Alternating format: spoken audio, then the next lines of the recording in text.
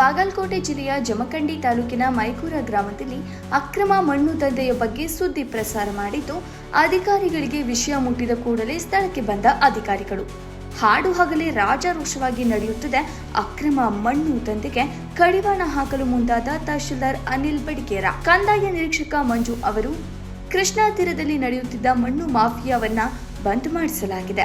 ಅಕ್ರಮ ಮಣ್ಣು ಬಂದ್ ಮಾಡಿರುವ ಕಾರಣ ಶ್ರೀ ಟಿವಿಗೆ ಧನ್ಯವಾದ ತಿಳಿಸಿದ ಸಾರ್ವಜನಿಕರು. ವರದಿ ಮುತ್ತು ಮಹಿಸ್ವಾಡ್ಗಿ, ಬಾಗಲಕೋಟೆ.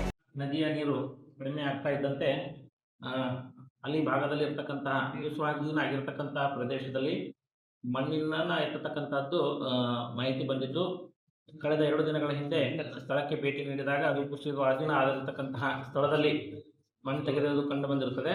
ಈಗಾಗಲೇ ಮಾನ್ಯ ಎಸಿ ಅವರ ನೇತೃತ್ವದಲ್ಲಿ ಎಲ್ಲ ತಾಲೂಕು ಮಟ್ಟದ ಅಧಿಕಾರಿಗಳಿಗೆ ಸಭೆಯನ್ನು ಜರುಗಿಸಿದ್ದು, ಅವರಿಗೆ ಮೇಲುಸ್ತುವಾರಿ ಮಾಡಲಿಕ್ಕೆ ಆದೇಶವನ್ನು ಮಾಡಿದ್ದಿರುತ್ತದೆ. ಆಯಾ ಗ್ರಾಮ ಪಂಚಾಯಿತಿಗಳ ವ್ಯಾಪ್ತಿಯಲ್ಲಿ ಎಲ್ಲಾದರೂ ಆ ರೀತಿ ಕಂಡು ಬಂದಲ್ಲಿ ಅದನ್ನು ನಿಗಾ ವಹಿಸಬೇಕು ಮತ್ತು ಅವರ ಮೇಲೆ ಸೂಕ್ತ ಕ್ರಮ ಕೈಗೊಳ್ಳಬೇಕಂತೇಳಿ ಮಾನ್ಯ ಮೇಲಧಿಕಾರಿಗಳು ಈಗಾಗಲೇ ಸಭೆಯನ್ನು ಜರುಗಿಸಿ ನಿರ್ದೇಶನ ನೀಡಿದ್ದು ಇರುತ್ತದೆ.